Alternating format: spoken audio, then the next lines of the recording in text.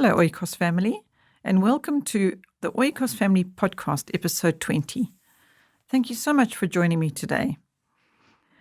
I have recently finished recording, or what we say, narrating, an audiobook.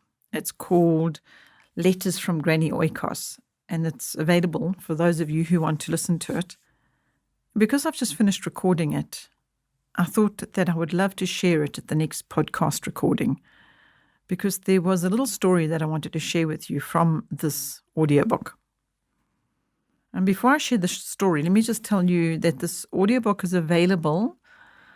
Thinking about now where to send you. I tell you what, just go to audiobooks.com or Google and just put Letters from Granny Oikos audiobook. And it's on very many different platforms, so let's hope you can find it.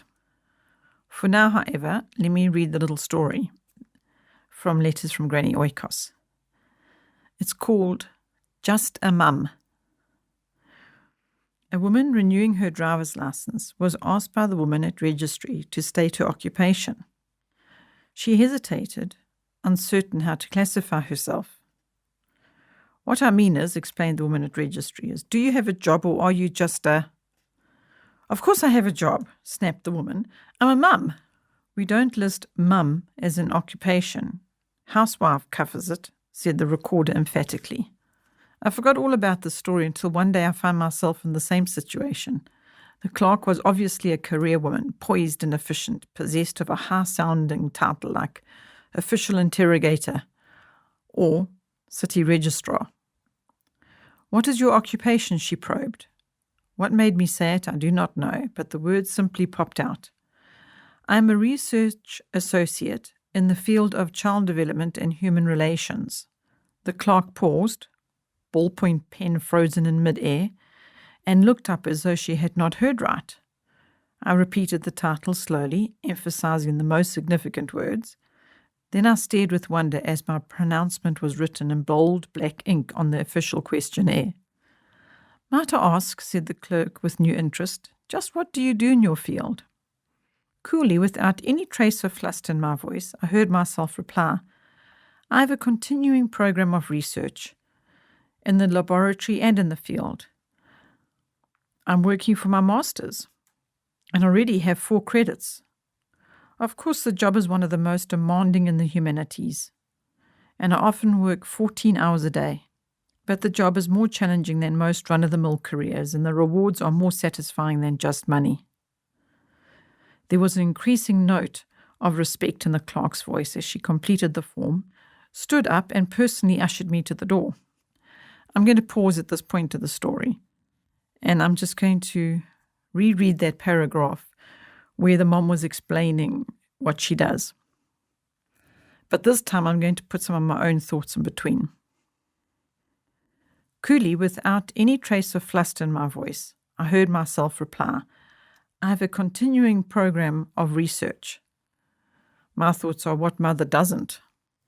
In the laboratory and in the field.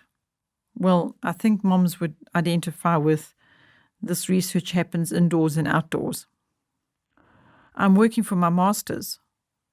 What this mom was referring to was the Lord and her family. She's working for her master, the Lord, and for her family. And then she said, and already have 4 credits. Those would be her children. Of course, the job is one of the most demanding in the humanities. I don't think there's a mother that would disagree with that. And I often work 14 hours a day. Again, I think some moms would identify with 24 hours a day, especially when you've got sick children through the night. Okay, then I'm going to go back to the story. So, as I drove into our driveway, buoyed up by my glamorous new career, I was greeted by my lab assistants, ages 13, 7, and 3. And upstairs I could hear our new experimental model, my 6-month-old baby, in the child development program, testing out the new vocal patterns. I felt I had scored a beat on bureaucracy, and I had gone on the official records as someone more distinguished and indispensable to mankind than just another mum. Motherhood, what a glorious career. So does this make grandmothers senior research associates in the field of child development and human relations, and great-grandmothers, executive senior research associates? I think so. I also think that it makes aunts associate research assistants. So that was the little story that I wanted to read to you today on this podcast that came out of Letters from Granny Oikos. I have narrated the whole book. When I say the whole book, it's actually just a little booklet of letters that my mother, who we fondly call Granny Oikos, she wrote some letters for the sake of grandparents. And so that's what that whole little Letters from Granny Oikos is all about. But there was this one little story about just a mum in the little booklet that I wanted to read to you.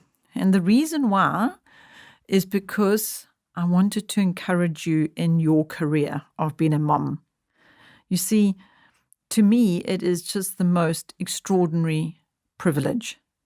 So I want to encourage you today that if you are feeling in any way a little bit downhearted or exhausted or discouraged for whatever reason, I want to encourage you today by reminding you that you have got the most incredible career, that you as a mom, being at home, being with your children, whether you have one or many more, I just want to say well done. And I want to encourage you to just keep going and just remind you, I want to remind you today of how important your career is. You know that bit that I read about her 4 master's degrees that the mom said in her little letter there? Well, actually, I heard that coming out of my own mother's mouth. When people used to ask her, what does she do? She would say that she's working towards a few degrees. And she was always referring to her children because she was a full-time at-home mom. So it's just something I grew up with, so it wasn't unfamiliar to me to be aware of how important she felt, to get the message more to the point, of how important she felt motherhood was and being a mother and raising these children that God had entrusted to her care. So today that's what I wanted to do for you, is in case you don't have somebody encouraging you in that and in your circles or in your immediate family or extended family or social circles, I just want to be there today for you to say well done and be encouraged and know that what you are doing is incredibly, incredibly important. I was actually just thinking about it, before I came into this audio booth to record the podcast, I was thinking about this topic of just a mum.